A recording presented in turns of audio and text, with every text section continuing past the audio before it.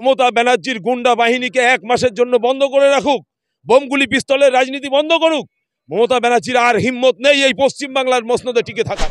নওশাদ সিদ্দিকীকে কোর্টের একেবারে ঠেলে দিয়ে রীতিমতো আটকানোর চেষ্টা করেছে শাসক দল, এই অভিযোগ তুলেছে আইএসএফ। এখান থেকে আইএসএফ এর চেয়ারম্যান নওশাদ সিদ্দিকীর অনুপস্থিতিতে সফল সভা করলেন আইএসএফ এর অন্যান্য নেতৃত্বরা। কি বলবেন, বারবার আইএসএফ কে কেন বাধা দিচ্ছে সরকার বা প্রশাসন বা রাজ্যের শাসক দল? দেখেন, আজকে আইএসএফ একমাত্র দল যারা মানুষের কথা বলে, মানুষের অধিকারের কথা বলে, যার জন্য শাসকের সমালোচনা সবসময় আইএসএফ করে। কারণ শাসক ভুল করলে আইএসএফ সমালোচনা করবে। সমালোচনা মমতা ব্যানার্জি সহ্য করতে পারে না। তার জন্য আমরা দেখছি আমাদেরকে যেন তেন প্রকারণে নওশাদ সিদ্দিকীকে আটকাতে হবে। কিন্তু একটা জিনিস, নওশাদ সিদ্দিকীকে যত ব্যারিয়ার দেওয়া হোক, যত বাধা দেওয়া হোক, এই বাধা দিয়ে আটকে রাখতে পারবে না।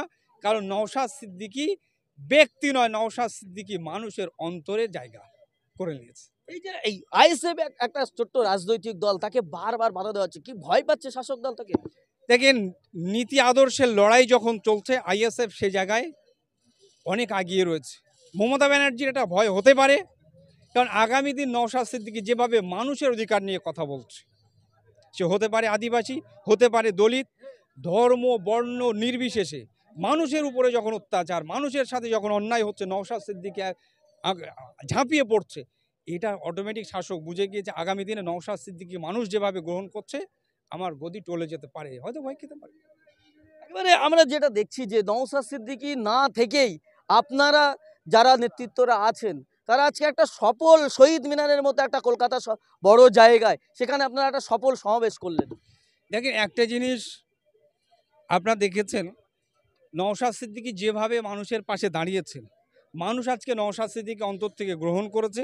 যে নওশাদ সিদ্দিকী ছাড়াও তারা এই মাঠে এক একজন নওশাদ সিদ্দিকী নিজেরা তৈরি হয়ে শহীদ মিনার ময়দান জমা হয়েছে এবং সফল সভা সম্ভব করেছে। এই যে এত বাধা বিপত্তির পরে আজকে আপনারা সফল সমাবেশ করলেন, কি বলবেন শাসকের উদ্দেশ্যে?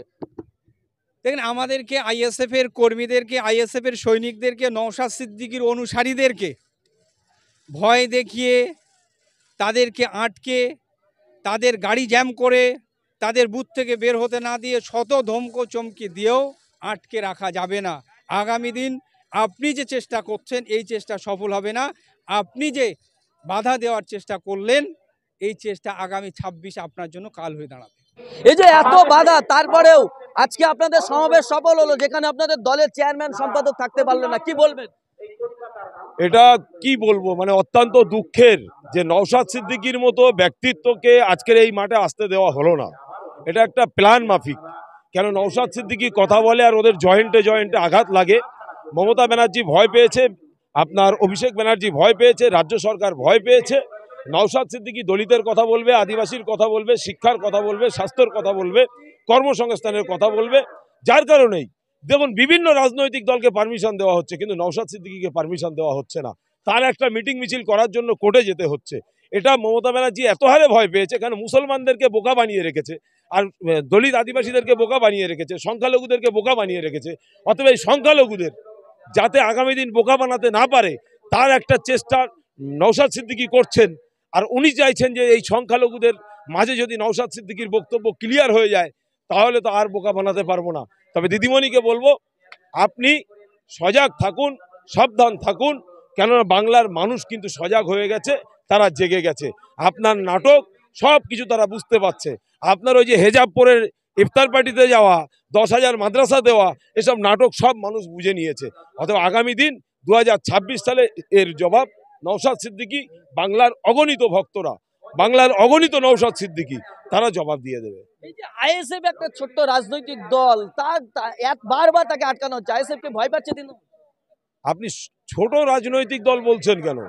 আইএসএফ বাংলার প্রতিটা মানুষের মনের মধ্যে ঢুকে গেছে।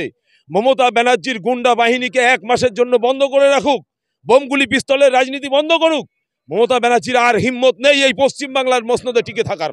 এটা প্রমাণিত, কারণ আমরা দেখেছি যেখানে ভোট হয়েছে সেখানে নওশাদ সিদ্দিকীর সমর্থক কর্মী তারা জিতে গেছে। অতএব বাংলার জনগণ, বাংলার মানুষ, হিন্দু মুসলিম দলিত আদিবাসী প্রত্যেকেই নওশাদ সিদ্দিকীকে ভালোবেসে ফেলেছে, দিলের মধ্যে অন্তরে জায়গা দিয়ে দিয়েছেন। এই মমতা ব্যানার্জির মতো নাটকবাজদের, তাদের গুন্ডা বাহিনী, তাদের লেটেল বাহিনীর জন্যই সাধারণ মানুষ পরিষ্কারভাবে তারা সাংবিধানিক মান্যতা দিয়ে ভোটটি দিতে পারে না।